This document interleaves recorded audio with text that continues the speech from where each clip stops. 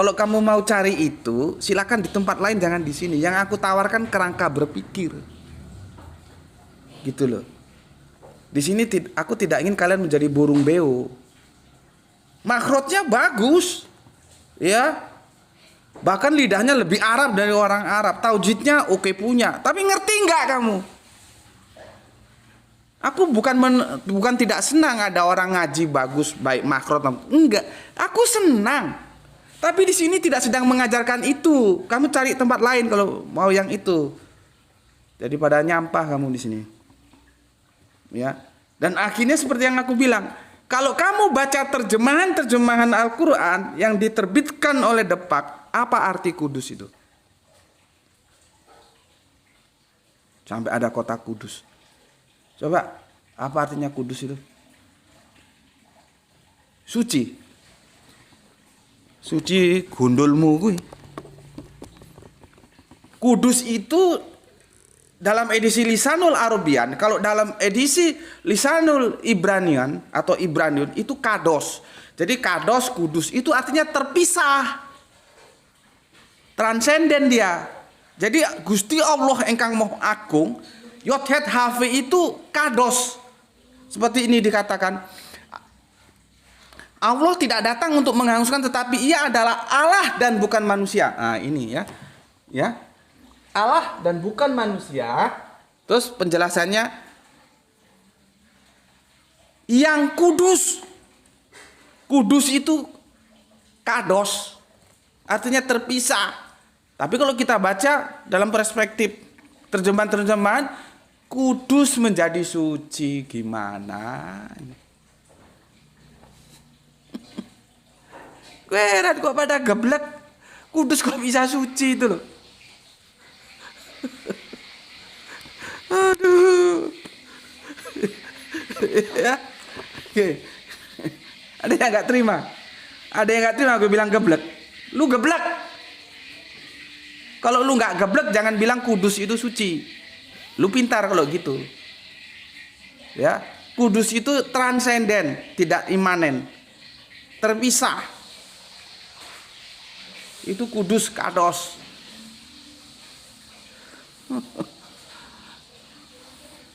Nanti subhanallah, nanti subhanallah artinya apa? Kacau semua itu. Jadi enggak gue sih bukan nggak seneng aja, ya. Makhraj bagus, tajwid bagus, ya. Ya. Tapi toh akhirnya yang kita berbicara, kita paham nggak dengan pesan-pesan Qur'ani itu? Lah untuk yang aku tawarkan, karena di sini sudah pada umur semua, kecuali masih SD, SMP atau maksimal SMA, silakan belajar itu. Ini untuk yang dewasa. Dewasa di sini bukan usia ya, tapi dewasa kerangka berpikir yang lebih aku utamakan. Tidak lagi di situ kajian kita. Gitu. Ya. Oke.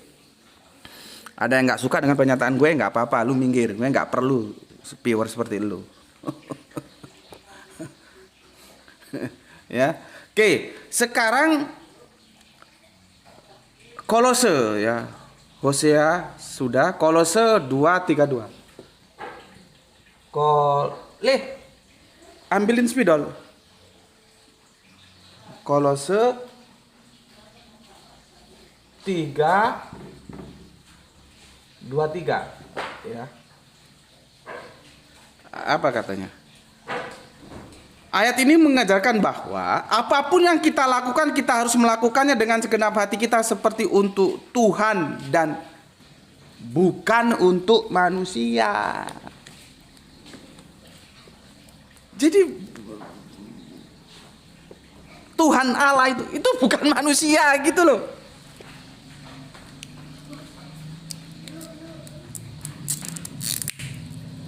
Bismillahirrahmanirrahim. Ya. Nih, ya. Allah itu bukan manusia.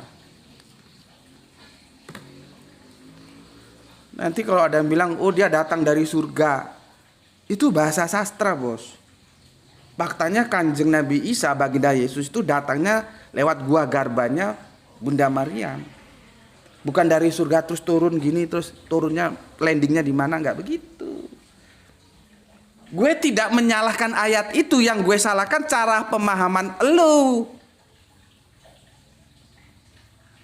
Itu kan bahasa sastra.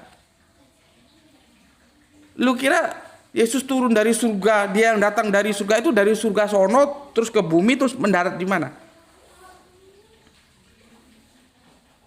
Ini nggak Kristen, nggak Islam itu kadang-kadang terjebak di situ. Yang Kristen terjebak ketika memahami suatu narasi yang seharusnya itu metafora menjadi harafiah. Yang Islam juga begitu.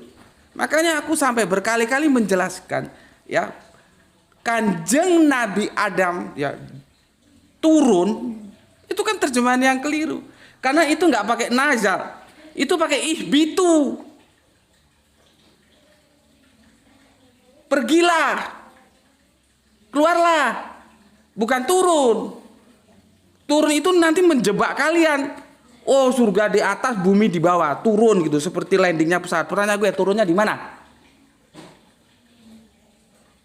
Kalau pemahaman seperti itu, turunnya di mana? Geografi sekarang ada di mana? Di Irak, di Iran, di Indonesia, di Mesir, di mana turunnya Nabi Adam itu? Kon dikandani goblok kabeh. Makanya belajar sastra biar ngerti. Ya. Oke, Kolose 3:23 sudah ya. Kesimpulannya, kalimat Tuhan bukan manusia adalah pernyataan yang menekankan sifat-sifat Allah yang berbeda dengan manusia. Ya.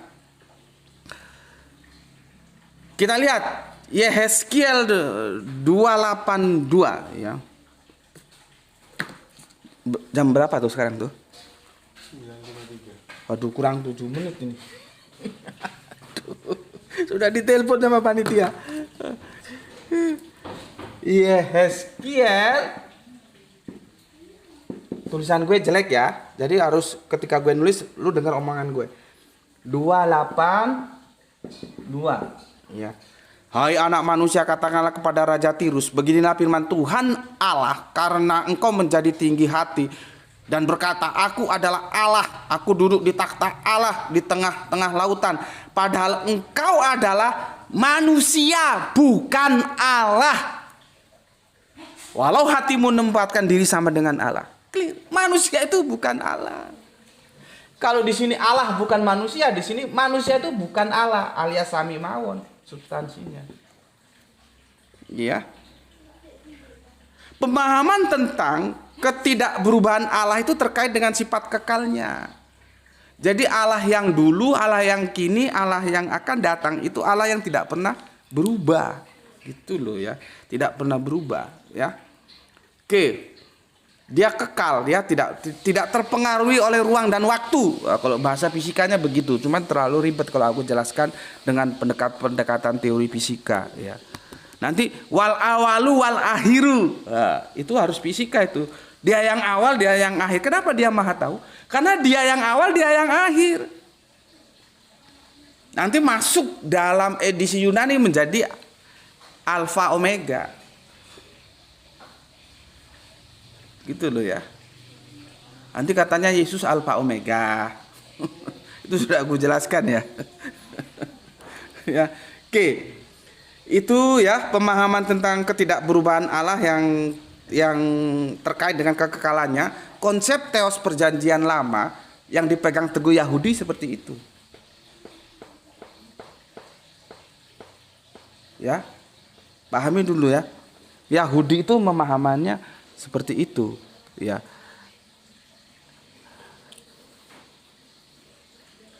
Ya. Itu konsep Yahudi seperti itu. Makanya mereka terkaget-kaget dengan konsep teos yang dipegang oleh kekristenan ketika ada Allah menjadi manusia. Itu sudah berubah dia.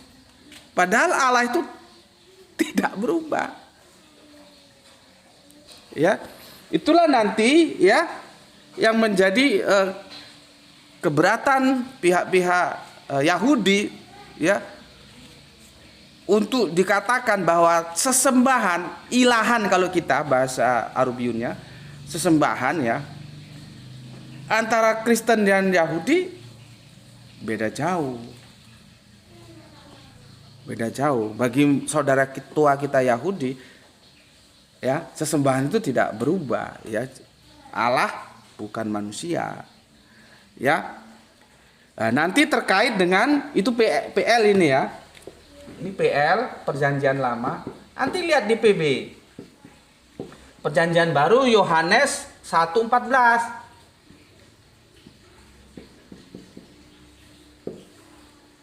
Ya, yang aku sudah katakan ini terjemahannya salah. Dia bilang begini, firman itu telah menjadi manusia. Di situ yang salah. Kalau kamu lihat original teksnya itu ya, itu dia itu bukan antropos tapi apa ya? Sak, daging. Di sini ditulis manusia. Gitu loh ya. Kan sudah masalah. Kenapa? Manusia punya daging, tapi yang punya daging bukan hanya manusia. Sapi, terus kerbau dan segala macam itu juga daging, gitu ya. Ya.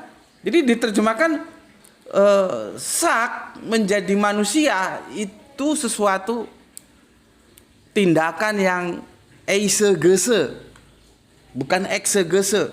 Jadi dia si penerjemah itu LAI itu tidak tunduk terhadap teks tapi menundukkan teks sesuai dogma yang dia terima. Karena nanti arahnya itu akan ke baginda Yesus. Kalau dia tekstual ya, firman itu telah menjadi daging. Begitu karena dia sak. Kecuali antropos. Yunani kan membedakan antara sak dan antropos. Nah, ini teman-teman Kristen silahkan diteliti, ini menarik teman-teman Kristen ya. Gimana terjemahan itu seharusnya? Ya, jadi jangan sampai kita dikerjain oleh si penerjemah. Makanya aku sama santri Isra itu aku peringatkan, ya, terjemahan itu bukan yang absolut. Yang absolut itu Al-Qur'annya. Terjemahan Al-Qur'an itu relatif. Dan terjemahan Al-Quran bukan Al-Quran. Terjemahan Injil bukan Injil. Terjemahan Torah bukan Torah. Jadi nggak apa-apa terjemahan itu dikoreksi, dibenarkan. Selama kamu punya argumen. Gue punya argumen. Kenapa gue bilang salah terjemahan? Karena original teksnya itu sak, bukan antropos. Maka seharusnya firman telah menjadi daging. Masalah dagingnya siapa, mau ke Yesus atau bukan Yesus itu pertengkarannya nanti. Tapi diterjemahkan secara jujur dulu, daging. Ngono loh. Ya. Bismillahirrahmanirrahim. Udah berapa lama deh? Bismillah.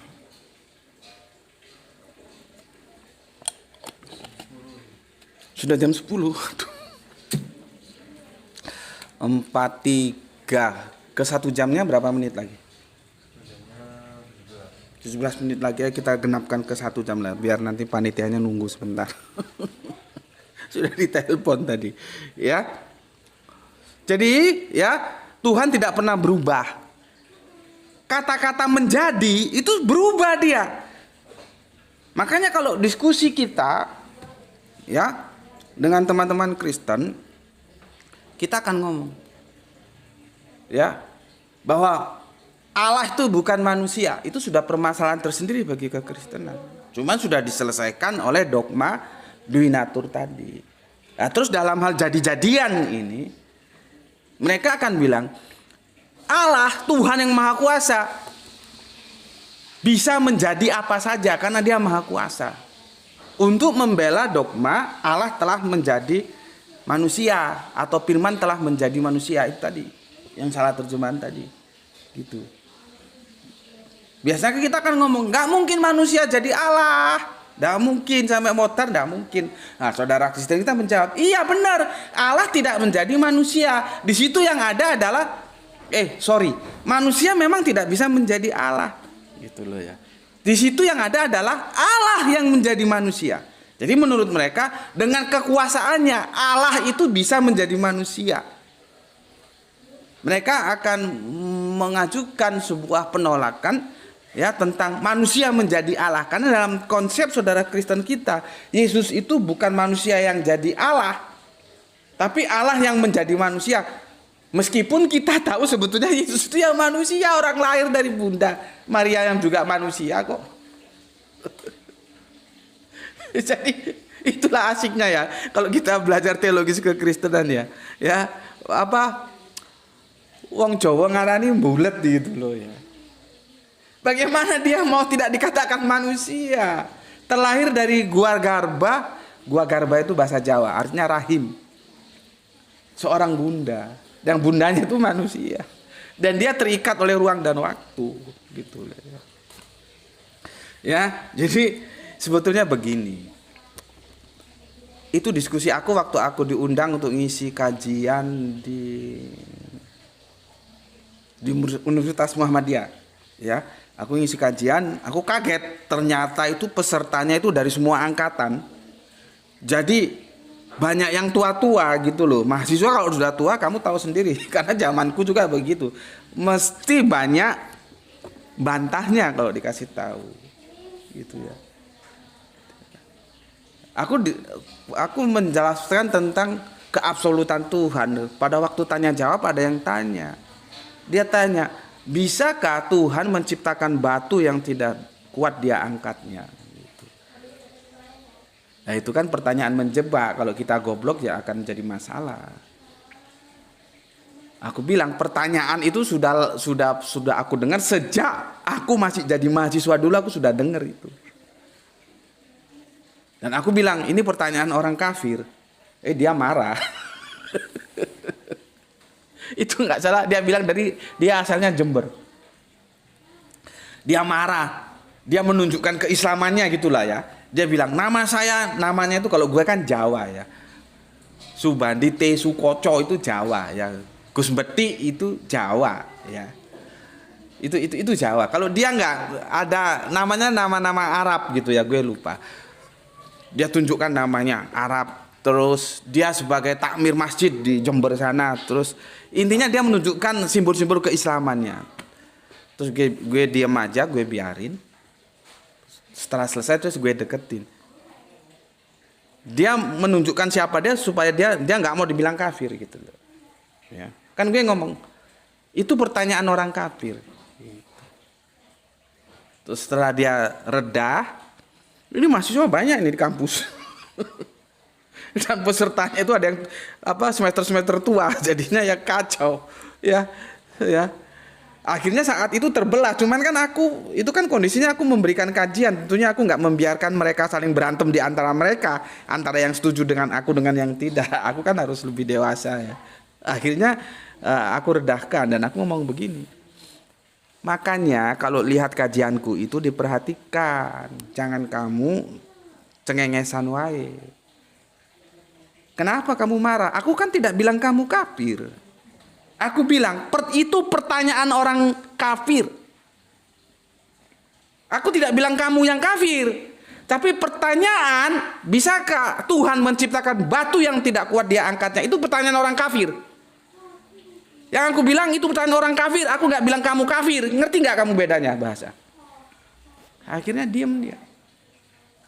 Kebetulan di belakang ada Bu Yulia, ketua jurusannya. Ya, di sampingnya ada Pak Sapa begitu. Dia mau tanya. Ketika giliran dia tanya, dia dapat telepon, dia keluar. Pertanyaan itu dititipkan ke Bu Yulia. Gitu loh. Nah, aku bilang, itu pertanyaannya Bapak yang keluar tadi. Aku tidak mengatakan itu pertanyaannya Ibu Yulia. Gitu loh. Sama dengan kamu, itu pertanyaan orang kafir. Aku nggak bilang kamu kafir gitu loh. Makanya delahom ini ngrungokno kajian. Akhirnya diam dia.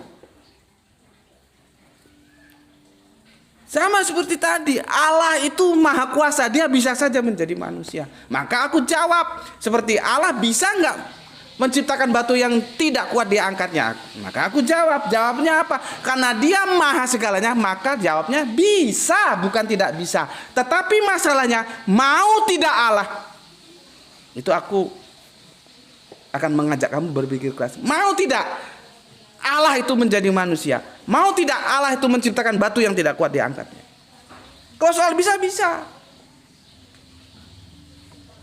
Itulah yang aku bilang, ya, konsep teosnya itu lalu pendekatannya filsafat, itu kan permainan filsafat. Sudah aku ingatkan, filsafat itu pandai-pandainya kita membangun argumen sehingga sesuatu yang kita katakan itu seolah-olah benar padahal itu salah. Gitu loh. Salah. Jadi nggak mungkin, ya, walaupun Allah bisa menjadi manusia karena dia manusia, tapi Allah nggak akan pernah mau. Jawabnya siapa? Alkitab, baik Al-Quran, ya, sebagai perjanjian terakhir, ya, Injil sebagai perjanjian baru, dan Torah sebagai perjanjian lama dikatakan apa? Laisa kamislihi syai'un. Dia itu berbeda dengan yang lain. Lah kalau menjadi manusia kan jadi bodoh. Begitu juga dikatakan dalam perjanjian lama. Bahasanya, retorikanya cakep banget. Apa? Hendak dengan siapa aku kau samakan. Itu bahasanya berbalik loh, ya. Artinya apa? YHWH itu tidak ada yang menyamai. Laisa kamislihi syai'un. Ngono lo, blok.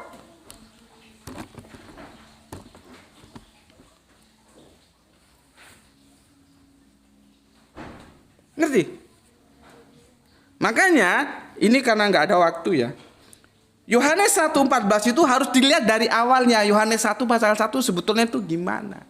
Dan kita tahu dari seluruh ayat itu apakah benar itu menjelaskan tentang baginda Yesus, karena nama baginda Yesus secara tekstual baru muncul di belakang. Di ayat keberapa itu? Ya. Itu baru muncul itu di ayat yang ke-17. Sebab hukum Torah diberikan oleh Musa, tetapi kasih karunia dan kebenaran datang oleh Yesus Kristus. Muncul Yesus Kristus di ayat yang ke-17 dari Yohanes 1, ya. Dan itu pun tidak dalam rangka menjelaskan siapa firman itu. Ini agak bulat, itu menghabiskan 3 gelas kopi itu kok tadi. Karena kita mau nggak mau harus mendiskusikan dulu Yohanes 1 pasal 1, karena kan di sana awalnya. Nanti juga ketahuan benar nggak Yesus itu pencipta. Ya. Jadi firman itu telah menjadi manusia ini, ya. Itu diskusinya panjang. Kata menjadi berarti dia sudah berubah, padahal Allah itu Allah yang kekal. Allah bukan manusia. Jadi antara PB dan PL sudah berubah. Tetapi dalam tanda kutip, aku ingatkan, Yohanes itu bahasa yang digunakan dalam menyusun Injilnya, Injil karangan Yohanes, itu tidak sama dengan bahasa yang digunakan Matius, Markus, Lukas. Matius, Markus, Lukas itu bahasanya lurus-lurus gitu loh. Yang kita baca itu gampang bisa dimengerti gitu loh. Kalau Yohanes itu bahasanya bahasa sastra, bahasa filsafat. Jadi harus otaknya itu di-upgrade dulu kalau mau baca kitab Injil Yohanes. Artinya boleh jadi kita yang salah memahami pesan dari Yohanes. Bukannya Yesus itu Allah, karena dia adalah firman yang telah menjadi manusia. Gitu loh, ya. Paham di sini, ya. Sedangkan nama Kristus itu baru muncul di surat Yohanes, ya, yang ke-1 di ayat yang ke-17. Di pertama kan enggak terlepas pun apalah terjemahannya, ya. Pada mulanya adalah firman itu bersama-sama dengan Allah dan firman itu adalah Allah. Sini tidak pada mulanya adalah Yesus itu bersama-sama dengan Allah dan Yesus itu Allah, kan enggak begitu.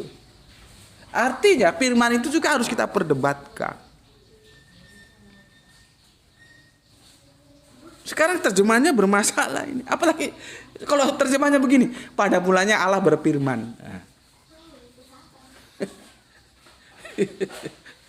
Lebih benar mana pada mulanya ya adalah firman sama pada mulanya Allah berfirman. Karena Allah menciptakan segala sesuatu itu berfirman dia.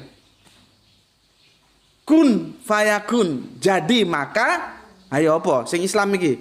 Kun fayakun apa artinya? Kalau kamu baca terjemahan Depak keblangsek we. Itu fiilnya mudhari, bukan fiil madi. Yakunu itu mudhari, maka kun fayakun jadi maka akan jadilah. Masih akan, bukan jadi maka jadilah. Itu kan tukang sulap itu. Bukan Allah ndak bisa jadi maka jadi, tapi Allah ndak mau. Allah mengajarkan kita segala sesuatu melalui proses. Orang dunia dan sekitarnya ini dari perjanjian lama, perjanjian baru, perjanjian terakhir 6 masa kok. Jangan bilang 6 tahun. 6 masa, bisa nggak Allah bikin 1 masa? Mau setengah masa bisa, tapi Allah nggak mau. Sama dengan, bisa nggak Allah jadi manusia? Bisa, tapi Allah nggak mau. Karena dia sudah mengatakan, hendak dengan siapa aku kau samakan. Dan Al-Quran mengatakan, laisa kamitslihi syai'un.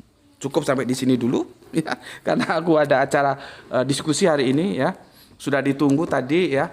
Ada kurang lebihnya mohon dipersori dulu karena memang buru-buru. Nggak tahu sudah selesai berapa lama ini tuh waktunya. Berapa? 56 ya. Itu dulu yang bisa aku sampaikan, nanti akan kita lanjut. Karena kita harus membahas kitab Yohanes, khususnya Yohanes 1 pasal 1 itu gimana. Referensinya kalian bisa mana bukunya ya? Aduh. Tuh ambilin buku Bapak yang mana itu ya? Sebentar, kamu pilih di situ.